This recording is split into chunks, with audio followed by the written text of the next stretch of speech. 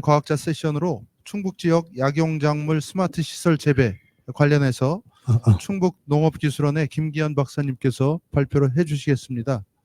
연자 소개를 잠깐 드리겠습니다. 우리 김기현 박사님은 말씀드린 것처럼 충청북도 농업기술원의 지방연구사로 근무를 하십니다. 충북대학교에서 작물학으로 박사학위를 따셨고요. 현재 농업기술원의 작물연구과의 특용작물팀에서 근무를 하고 계십니다. 자, 예, 소개 감사합니다. 예, 작물연구과에 근무하고 있는 김기현 연구사입니다. 반갑습니다. 예, 저는 오늘 그 충북 지역 약용작물 스마트 시설 재배 관련해서 말씀드릴 텐데요. 충북 지역 약용작물을 하니까 굉장히 많은 작물에 대해서 말씀드릴 것 같은데 사실은 잔대, 병풀 두 가지에 대해서 좀 말씀드리려고 하고 있어요. 앞에 두 연사분께서 병풀을 다 말씀을 하셔서 병풀이 대세는 대세다 라는 걸 또 한번 느꼈고요. 저는 이제 병풀에 대해서 한 90% 정도 시간을 좀 할애해서 좀 말씀드리도록 하겠습니다.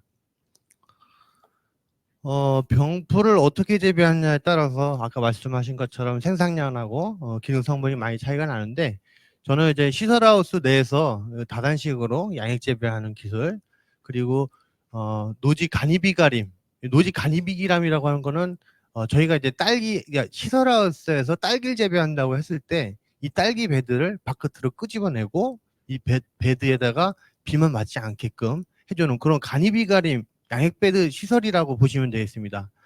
세 번째는 발표 자료가 좀 부족할 것 같아서 제가 최근에 개발한 노지 스마트 관수 시스템 이 세 가지에 대해서 말씀드리도록 하겠습니다.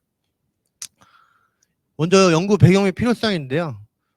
두 연사분께서 이게 스마트팜이 이제 주제다 보니까 다 앞에서 말씀을 해주신 것 같아요. 보니까 이제 그 가장 큰 문제가 이제 불균한 품질, 이 부분을 이제 어떻게 해결할 것인가, 이렇게 균일 생산 원료를 생산하는 방법은 저도 역시 양액 재배로 현재 추진을 하고 있고, 병풀에 대해서 좀 심도 있게 말씀드리면 병풀은 아시겠지만 소면적 작물 중에서 굉장히 소면적 작물입니다. 보시면 45농도에 40에서 50톤밖에 생산되지 않는 그런 작물입니다. 그렇다고 해서 이 병풀이라는 게 시장이 작냐? 작지 않습니다. 국내 인삼 생산액이 한 6천억에서 7천억인데 병풀이 6,700억 정도 보이고, 요게 이제 화장품류에 거의 집중되어 있습니다. 보시면 이제 수출 업체가 223개인데 이거는 이제 그 해외에서 특히 이제 마다가스카르든가 인도네시아, 스리랑카 이쪽 해외에서 생산되는 병풀을 수입을 해서 건초로 수입을 해서 여러 가지 가공 절차를 거쳐서 나오는 여러 가지 그 가공품도 있죠. 엑기스가 될 수도 있고 액상 제품이 될 수 있고, 그런 것들을 이제 수출하는 업체들을 말하는 거고, 이 수입은 거의 90%가 병풀을 건초를 수입을 해서 분말이라든가 또 이제 건초, 분말, 가루 이런 것들을 만드는 그런 업체들이 대부분입니다. 근데 이 시장은 상당히 큰데도 불구하고 국내에서 재배를 이렇게 병풀 재배를 안 하고 있는 이유가 딱 제가 봤을 땐 두 가지인 것 같습니다. 첫 번째가 이제 가격, 그리고 두 번째가 품질. 말씀을 하신 것처럼 가격 경쟁력을 보면 국산 같은 경우는 생입이 뭐 키로당 15,000원 근데 비해서 수입 건초는 키로당 8,000원밖에 되지 않습니다. 네. 그나마 다행인 것이 2년 전만 하더라도 이게 키로당 3,500원에 들어왔어요. 네. 관세, 운반비 다 포함해서 3,500원에 들어왔어요. 도저히 뭐 경쟁을 할 수 없는 그런 가격 구조로 현재 들어오고 있기 때문에 야, 이건 좀 힘들다라고 봤는데 불과 2년 만에 저 현재는 8,000원에서 9,000원 정도로 거의 3배 정도 가격이 많이 올랐습니다. 그래서 몇몇 업체에서도 병풀 원료 생산을 원료를 구입하는데 상당한 애로사항이 있다고 하더라고요. 그래서 내년도에는 또 10,000원을 넘을 것으로 이렇게 판단을 하고 있고, 그 반면에 이제 국산 가격은 15,000원이 거의 8년 전하고 지금하고 같은 수준으로 유지가 되고 있고, 그러다 보면 이제 경쟁력이 부분에서 조금 저희가 해결해 나갈 수 있는 부분이 있지 않나, 그 부분이 좀 희망적인 부분이고요. 품질은 아까 말씀하신 것처럼 해외 거는 품질이 상당히 좋습니다. 이 품질이 이제 4가지 지표 성분이 있는데 그 이제 국내산에 보면은 30에서 60mg 정도 들어있지만 이 수입산은 2배 이상 많이 함유되어 있습니다. 그래서 제가 이거를 좀 왜 이렇게 국내산은 적을까? 물론 마다가스카르든가 그 지역에서의 그 재배 기후 조건하고 국내하고는 많이 틀릴 겁니다. 그 중에서 어떤 요인이 병풀의 수량이라든가 품질에 영향을 줄 것인지 그 부분에 대해서 제가 연구를 한 부분에 대해서 이제 뒤에서 이제 말씀을 드리도록 하겠습니다. 결론은 그렇습니다. 가격을 저희가 낮추고, 예, 지금 뭐 가격이 15,000원 이 상태에서는 국내에서 쓸 수 있는 업체는 거의 없습니다. 그렇기 때문에 전부 다 수입산을 쓰고 있는 거고, 저희가 이 가격을 5,000원대로만 낮춰주면 국산 병포를 쓰려고 하는 기업체들이 상당히 많습니다. 그래서 이거를 어떻게 생산비를 낮춰서 단가를 낮출 것인지, 그리고 거기에 따라서 품질은 또 어떻게 올릴 것인지 그 부분에 대한 해결책을 제가 제시를 하겠습니다. 갑자기 또 잔대 얘기가 나와서 죄송한데, 잔대나 병풀이나 시설을 재배하는 방법에 따라서 품질이라든가 수량 차이가 많이 납니다. 저희가 제일 많이 보는 게 이제 노지냐 시설 재배냐, 그죠? 그리고 산지냐 뭐 평지냐 여러 가지 이거 정식 방법이냐 이런 방법에 따라서 품질 차이가 나기 때문에 양액 재배로 갈 수밖에 없다라고 말씀을 좀 드리고 싶고, 병풀을 저희들이 굉장히 많이 쓰고 있어요. 여러분들 잘 보시면 치약에도 병풀 성분이 많이 들어가 있고요. 제가 오늘 말씀드리고 싶은 거는 이 리만코리아라는 업체인데 2018년도 매출액이 제가 알기로는 100억도 안 됐어요. 근데 작년에 1조를 찍었습니다. 후원 판매 방문이라고 해서 이 분야에서 1위를 달성했는데 어떻게 5년 만에 이 어마어마한 매출을 올렸냐, 그 부분에 대해서 좀 궁금했었는데 이 회장님이나 여기 이사님이나 이런 분들이 얘기하시는 게 자기네들은 건초를 쓰지 않는다. 생초만을 쓴다는 거예요. 생초를 그러면 해외에서 들어올 수 없잖아요. 생초는 국내산 병풀을 거의 리만코리아에서 다 쓰고 있다라고 보시면 되는데, 생초하고 건초의 차이점이 뭐냐? 일반 업체들은 정제수에다가 병풀 추출물을 넣어서 제품화 시키는데 반면 이 리만코리아 같은 경우는 용암해수센터의 용암해수라는 거하고 병풀을 넣어서 열수 추출한 그 원료 자체를 갖다가 88%예요. 그게 12%는 이제 여러 가지 이제 화장품 약재를 넣겠죠. 그래서 제품을 만드는 겁니다.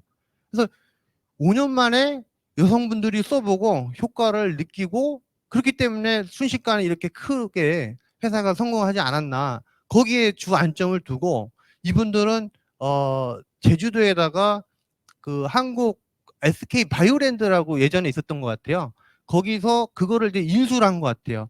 이 병풀 추출소를 주기적으로 안정적으로 생산하기 위해서 그 국내에서 두 번째로 큰 규모의 원료 가공 그런 시설인데 그거를 또 사들였고, 거기에 원료 원료 확보하는 쪽에다가 돈을 굉장히 많이 투입하고 있다. 전 세계적으로 이렇게 원료를 직접 생산해서 화장품 원료를 쓰는 이런 업체는 많지 않거든요. 어쨌든 이 회사가 성공할 수 있었던 비결이 생초를 썼다. 그 부분을 좀 말씀드리고 싶었습니다.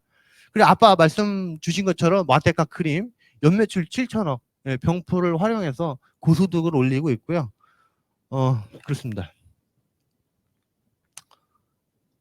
국내 연구 현황을 보면 그 부위별로 병풀을 보면은 잎이 가장 많고요. 다음이 꽃, 줄기 순으로 나타나고 있고요. 저도 이제 분석을 해보니까 그렇게 나오더라고요. 그리고 이제 시설하우스하고 특용 재배하고 분석을 해봤더니 4배 정도 시설하우스에서 재배하는 게 높다. 당연합니다. 노지에서는 월동이 안 되기 때문에 생산량 차이가 클 걸로 보고, 국내 수집 병풀을 보니까 굉장히 함량이 낮았다, 이런 보고도 있고요. 식물 공장 내에서 UVB를 처리를 했을 때 성분이 많이 증가됐다, 이런 연구가 있었습니다. 그럼 국내 병풀이 해외 병풀하고 가격적인 면에서 차이가 될 수 없는 분위기가 국내에서는 1중 또는 2중 시설하우스에서 재배를 하고 있습니다. 그에 반해서 해외에서는 노지에서 별다른 시설 없이 차광망 50% 쳐가지고 재배를 하고 있고, 이것도 50%예요. 50%는 전부 야생에 있는 거 캐가지고 판매되고 있는 그런 현 실정입니다. 그 수확하는 것도 뭐 기계화되어 있지 않고 전부 사람이 캐는 게 똑같아요. 그러니까 더 한국이 이겨나갈 수가 없는 그런 구조이죠. 그 두 번째는 태국 같은 경우는 1년 내내 생산합니다. 예. 하지만 국내는 어때요? 10월이 지나면 추위가 다가오죠. 그럼 병풀이 크질 못해요. 그러면은 저온성 잡초들이 막 들고 일어납니다. 그럼 이 잡초 방지하는 노동력이 어마어마합니다. 또 여기서 도저히 국내산 병풀이 해외산 수입 병풀을 이겨낼 수 있는 방안이 없다. 그래서 저희가 이제 개발한 게 이제 다단식 양액재배 베드인데요. 요거에 대해서 간략하게 설명드리면 시설하우스 안에 이제 2단 또는 3단 형태로 베드 폭이 좁은 게 있고 뭐 넓은 게 있고 한 요런 형태로 이제 만들었고요. 베드는 이제 저희가 잘 알고 있는 딸기 구형 베드를 모형으로 삼아서 요 아랫부분은 이제 배수가 될 수 있는 배수층이 있고 요 안에는 이제 또 겨울에 좀 생산성을 위해서 열선이 좀 들어가 있고 그리고 저희는 양액 주는 게 조금 틀립니다. 보통 이제 수분 센서를 갖다가 주는데 제가 개발한 거는 뭐냐면은 수위 조절 센서를 넣어서 양을 갖다가 수분을 조절하는 시스템이에요. 예를 들어서 양액이 요 정도 차 있을 때랑 요 정도 차 있을 때랑 이 위에 모세관 현상에 의해서 양액이 올라가지 않습니까? 그럼 거기에 따른 토양 수분 함량이 변화가 될 겁니다. 그걸 갖다가 눈으로 볼 수 있게끔 농가들이 쉽게 볼 수 있게끔 했고요. 토양 수분 센서 없이 그냥 양액 농도 수위를 조절해서 토양 수분을 맞춰주는 굉장히 농가들이 활용할 수 쉽도록 그런 식으로 이제 만들었고 통상 출신은 리만 코리아를 비롯해서 3개 업체에다가 저희가 기술 이전을 했습니다. 이제 병포를 이제 저희가 키우고 있는 모습인데요. 폭이 30cm짜리에다가 이제 3단 재배하고 있는 모습이라든가 뭐 2단 재배하고 있는 모습이 되겠고요. 요거는 이제 잔대인데 이 잔대 같은 경우도 똑같이 키우고 있는데 저희는 이제 모래베드를 쓰고 있어요. 예, 모래라고 하면 사람들이 고정관념이 굉장히 무겁다. 이걸 어떻게 베드를 쓸 생각을 하냐. 국내에 찾아보니까 모래로 베드를 하는 그런 연구 사례가 없더라고요. 어쨌든 저는 모래를 썼고요. 모래를 쓴 이유는 토양 소독에 좀 유리한 효과가 있고요. 나중에 수확하고 정산할 때 물을 담수시켜 버려요. 담수시켜서 그 수확하는 동시에 세척이 되는 그런 효과라든가 물이 들어가게 하면은 뿌리하고 그 흙과의 그 뭐라 그럴까요? 분리가 잘 되죠. 수확이 쉬운 그런 부분이 좀 있더라고요. 잔디를 키워봤더니 모래에서 잔뿌리가 많이 나올 줄 알았더니 노지에 일반 그 토양에서 재배하는 것처럼 뿌리가 일자로 잘 나오는 그런 결과도 좀 볼 수 있었고요. 요건 이제 잔디에 대해서 이제 대형 베드하고 소형 베드 그리고 투경 재배를 했을 때 주로 이제 엽에 대한 수량을 봤을 때 투경 재배보다 1.8배 정도 수량이 높았다. 소형 베드로 했을 때는 이제 3단 재배고 대형에는 2단이었는데요.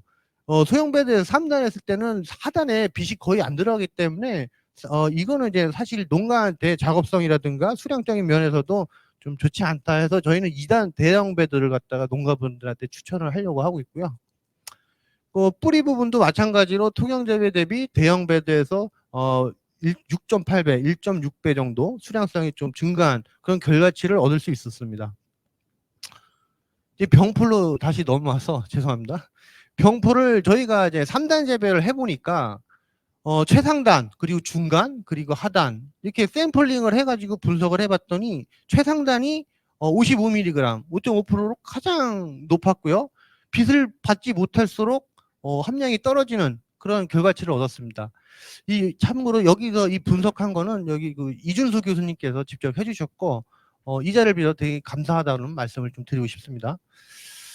그래서 동국제약이라든가 그 동국제약은 4가지 총 함량을 60ml 이상으로 걔들을 보고 있거든요. 그래서 60ml가 국내산 꽤 없다 보니까 국내산을 쓰고 싶어도 못 쓴다는 얘기를 하고 있고 제넨셀바이오는 아시아티코 사이드 함량이 1.6% 이상을 돼야만 원료를 쓸 수 있다. 그런 논리를 펴고 있어요. 이런 논리를 들었을 때 국내에서 생산되는 시설하우스에서 일반적으로 생산되는 것들은 충족이 되질 않습니다. 그래서 온도에 따른 영향인가 해서 저희가 제주도 온난화 대응 센터에 가가지고 모종을 가가지고 포트당 60주씩 0도씨에서 30도씩 온도 처리를 별로 해봤어요. 했더니 10도씨에서는 생육이 거의 안 되죠. 잎도 이제 보라색 빛을 나타내고 있고 15도도 마찬가지고 20도, 25도는 그나마 좀 컸습니다. 사실 병풀은 물을 좋아해서 여기 관리하시는 분이 조금 제가 이제 직접 갈 수는 없잖아요. 제주도까지. 그래서 그분한테 좀 부탁을 드려봤더니 자, 생육은 좀 제가 생각했던 것보단 잘 좋진 않았습니다. 어쨌든 분석을 해봤습니다. 분석을 해봤더니 처리 온도가 10도일 때 마다코스 사이드 함량이 일반 그 재배하는 것보다 3배 이상 높게 나타나는 걸 볼 수 있었는데 그건 제가 봤을 때 큰 의미가 없는 게 생산량 자체가 안 되기 때문에 큰 유의한 성과는 없었다고 보고 아세티코사이드 함량이 온도가 높을수록 좀 증가하는 그런 경향을 보여서 조금 흥미로웠지만 제가 원하는 결과는 얻지 못했습니다. 그래서 다시 이제 인삼특작부에 있는 온도구배 하우스를 저희가 임차를 해서 9월부터 11월 정도까지 임차를 했습니다. 그래서 온도구배 하우스는 아시겠지만 이 안쪽이랑 바깥쪽이랑 한 5도 정도 생육 온도 차이가 나거든요. 같은 조건에서 키울 때 키워봤더니 안쪽보다는 이제 바깥쪽에서 함량이 높게 나타나는 거예요. 그래서 바깥쪽에 왜 높을까 생각을 해보더니 바깥쪽은 이제 그 측광이 들어오는 데 있죠. 그쪽일수록 함량이 높아지는 거예요. 그래서 얘들은 온도보다는 광에 좀 민감한 특성을 보이고 있구나. 그거를 좀 알 수 있었습니다. 그래서 저희가 노지에서 한번 태국처럼 똑같이 한번 재배를 해봤습니다. 노지에다 심고 50% 차광망을 쳐서 재배를 해가지고 제주도에서 수집한 11종의 병풀을 가지고 분석을 해봤더니 보시는 것처럼 동국제약에서 60mg 이상을 원하는 것들은 요 1번 빼고 전부 다 가능했고요. 제네셀바이오에서 요구하는 것들은 총 6가지가 합당을 했습니다. 그래서 여기서 얘들은 온도보다는 빛에 좀 민감한 특히 이제 자외선에 좀 민감한 그런 작물이구나 그거를 좀 파악을 했고요. 그래서 저희가 이제 그 생육을 좀 비교를 해봤더니 2단 베드와 3단 베드 그리고 시설하우스 노지 이렇게 4가지를 갖다가 처리해서 분석해봤더니 2단 베드가 뭐 3단 베드보다 수량이 조금 적긴 하지만 여기 그 작업하는 그 작업 생육 관리한다던가 여기 들어가는 이제 시설비 이런 걸 고려했을 때는 2단 베드가 유리하다. 그리고 제일 중요한 지표 성분 함량을 역시 하우스 내에서 측정을 해본 결과 6% 넘는 게 없어요. 노지에서는 굉장히 높게 나왔지만 시설하우스 내에서는 어떻게 재배를 하든 6%를 넘지 못하는 한계점을 보였습니다.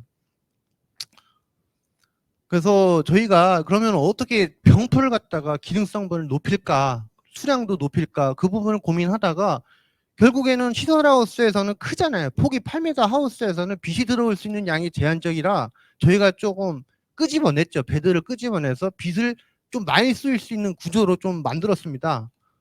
아이고 그 중요한 사진이 빠졌네요. 이거 발표자로 사진이 들어갔어야 되는데 아이고 큰일 났네 이거. 사실 그 전체적인 게 그 특허 문제 때문에 제가 좀 사진을 제외했었거든요. 근데 그 사진이 발표자로 사진이 안 들어가 있어요. 어쨌든 이거는 보시면 여기 보일지 모르겠지만 이게 이제 밖에 이제 나와 있는 배드 이건 아니에요. 다시 죄송합니다. 죄송합니다. 제가 착각했습니다. 병풀을 갖다가 심을 때 저희가 이제 모래베드다 보니까 얘들을 런너가 뻗어나가요. 딸기처럼 런너가 뻗어나가 보니까 얘들을 가운데를 칼로 쭉 짜긴 다음에 뿌리를 돌돌돌돌 들어 올립니다. 그 다음에 돌돌돌 말아요. 마른 상태에서 바로 심는 방법. 두 번째는 런너만 심는 방법. 세 번째는 농가에서 많이 하는 방법인데 포트를 육묘해서 30일 동안 육묘를 해서 이식하는 방법. 이 3가지 방법으로 키워봤습니다. 여기 이제 좀 시스템이 보이긴 하는데요. 이 노지입니다. 노지고 이 베드 위에다가 비가리만 이렇게 해놨고요. 위에는 이제 병해충 방제를 하기 위한 무인 방제를 위한 미니 스프링클러가 설치되어 있는 그런 구조고요. 이렇게 처리를 해봤어요. 그래서 이제 런너를 갖다가 해봤더니 정식 7월 3일 날 했고 74mm 경과되니까 보시는 것처럼 베드뿐만 아니라 런너가 나와서 바닥까지 이제 나오는 굉장히 큰 생육 속도를 보였습니다. 시설하우스에서는 이렇게까지 크진 않았어요. 그래서 여름에는 오히려 야외가 온도가 더 낮아서 얘들이 적합한 온도가 마스카르 온도가요. 평균 기온 23도, 최고 온도가 28도입니다. 근데 국내 온도를 보면은 이렇습니다. 그러니까 하우스보다는 노지로 나오니까 오히려 생육이 더 잘 되는 거예요. 그래서 차광제 종류에 따른 그 지상부 생육을 보니까 직조 비닐이 2.9%. 죄송합니다. 직조 비닐이라는 게 아까 죄송해요. 이게 자료가 제 발표 자료가 다 빠져서 그래요.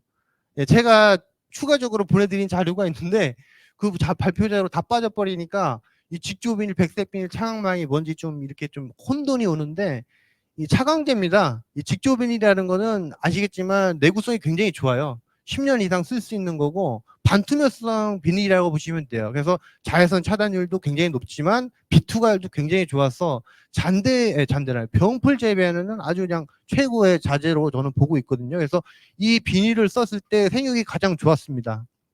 이 뒤에 뭐 사진도 없겠지만 저는 왜 백색비닐하고 차광망에서는 문제가 되냐? 저는 사실 이 두 가지 필름을 쓴 이유가 여름철 고온을 좀 회피하기 위해서 오전 10시부터 오후 2시까지 내리치는 그 뜨거운 빛을 좀 회피하기 위해서 얘들을 한번 실험적으로 재배를 해본 건데요. 사실 그 의미는 크게 없고요. 오히려 10시부터 2시까지 빛을 차단해 버리니까 이끼가 끼는 거예요. 이끼가 껴버리니까 러너가 뻗어나가면서 뿌리를 내리지 못하더라고요. 그러니까 그거는 결국 수량으로 연결이 돼버리고, 그래서 저는 직조비닐을 추천하는 연구 결과를 냈고요. 중요한 것은 여기서 이제 간이비가림, 노지, 시설하우스 재배 이렇게 했을 때 성분 함량이 9% 이상 나왔다라는 거, 이게 가장 중요한 것 같습니다. 뭐 수량도 수량이지만 지표 성분을 상당히 많이 올렸다. 이게 이제 물론 백색 필름하고 차광은 10시부터 오후 2시까지 들어오는 아주 직사광선을 받지 못하지만 측광에서 오는 빛을 오롯이 다 받을 수 있었거든요. 거기에 따른 측광만 받아도 전부 이렇게 9%대로 함량을 굉장히 높일 수 있었다. 그 부분을 좀 여러분께 말씀드리고 싶었습니다. 그리고 마지막으로 노지 스마트 관수 시스템에 대해서 좀 간략하게 말씀드리면, 여러분 잘들 아시겠지만 지금 기존 농가에서 물을 주는 방법은 이렇게 이제 스프링클러잖아요. 직경 한 10m 정도 아니면 15m 나가는 이런 직구형 스프링클러를 이용하는데, 농가에서 애로사항은 그거예요. 설치했다가 해체했다. 설치했다 해체했다. 이 부분이 가장 큰 애로사항이거든요. 그래서 이 부분을 좀 어떻게 해결을 할까, 그 부분을 좀 고민을 했고요. 저는 이제 매립형 다목적 관수 시스템이라는 것을 좀 만들어 봤는데요. 이건 뭐냐면은 여기 면적이 한 1300평 되는 면적에다가 이 두 군데에다가 지점에다가 대형 쿨러를 설치하고요. 이 대형 쿨러는 직경 50m에 달하는 공간에 물을 뿌려줄 수 있는 장치고요. 원형으로 돌다 보니까 빈 공간이 생긴다. 이 빈 공간은 여기서 다시 빼서 미니 쿨러로 돌려줘서 사각지대를 없애주는 이런 시스템이고, 이 4번은 이제 압이 균일하게 나가야지만 여기서 터지거나 이런 문제점들을 해결할 수 있는 부분, 그리고 요거는 겨울철에 월동될 때 이제 얼지 않게끔 물을 빼주는 부분, 이런 것들로 이제 구성이 되어 있는데요. 쉽게 말씀드리면 로타리 작업을 할 때 얘들이 얇게 묻히면 파손이 되기 때문에 1m 이상 깊게 묻히고요. 물론 얘들이 서 있기 때문에 농작업, 특히 로타리 작업을 할 때는 이게 약간 좀 방해 요인이 됩니다. 하지만 저희가 2년 동안 해본 결과 큰 문제는 없었어요. 하시는 분들이. 그럼 저희는 설치 해체를 어떻게 하냐? 이 부분은 일회성으로 다 시공이 된 부분이고요. 이 헤드만 띄면 되는 겁니다. 원터치식으로 꼈다가 관수 주고 싶으시면 붙이는 그런 시스템이고, 여기에 센서가 연계되어 있어가지고 센서가 신호를 주면 제가 주고 싶을 때, 뭐 밤에 주고 싶으면 밤에 제가 원하는 수분 함량에 도달할 때까지 줄 수 있는 그런 시스템으로 구성을 했습니다. 그래서 이 두 가지를 갖다가 좀 비교를 해보니까 얘들은 뭐 인력이다 보니까 상당히 많은 노동력이 많이 들고, 물론 설치비는 많이 듭니다. 설치비는 많이 들지만 그렇다고 해서 이 관행 재배 방법이 설치비가 저렴한 건 절대 아니고요. 얘들 같은 경우는 내구성이 아시겠지만 여기서 혹시 미니쿨러 써보신 분이 계신지 모르겠지만 내구성이 3년에서 5년밖에 안 됩니다. 플라스틱 제품이기 때문에 햇빛에 바래요.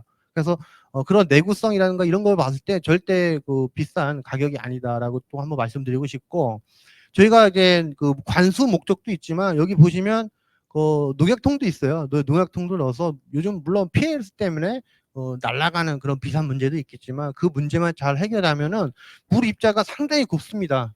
예. 그래서 병해충 방제용까지 같이 겸용해서 쓸 수 있다. 그 부분을 좀 말씀드리고 싶습니다. 그래서 저희가 기술원 앞에서 관수를 하고 있는 전경, 그리고 이 사각지대에 스프링클러가 돌고 있는 그런 전경을 갖다가 보여드리고, 토양수 저희가 이제 들깨를 갖다가 실험을 했을 때 저희가 수분 함량을 20%로 세팅했을 때 관행보다는 토양 수분이 굉장히 높게 유지되는 것을 확인할 수 있었고요. 지상부 생육및 수량 특성은 사실 들깨가 가뭄에 강한 작물이라 작목을 잘못 선택했어요. 좀 비싼 작물로 했었으면 경제성이 좀 놓았을 텐데 그런 생각을 좀 해보지만 어쨌든 농가분들 입장에서는 이런 시스템이 보급이 된다 하면 가문식에 상당히 많은 도움이 될 수 있을 걸로 보고 이 사업은 농진청 시범 사업에 선정이 돼서 내년부터 농가들한테 보급이 될 그런 사업입니다. 그래서 앞으로는 요 지금까지 말씀드린 부분에 대해서 좀 상용화시키고 또 농가분들한테 확대 보급할 수 있도록 좀 노력을 하려고 하고 있습니다. 죄송합니다. 제가 지금 발표 자료가 이게 초창기 때 보내준 거고 제가 어제 보내드린 자료에는 좀 더 많은 자료가 있어요. 근데 그게 좀 안 된 부분, 제가 확인 못한 부분 정말 죄송하게 생각하고 여기서 발표를 마치겠습니다. 예, 고맙습니다.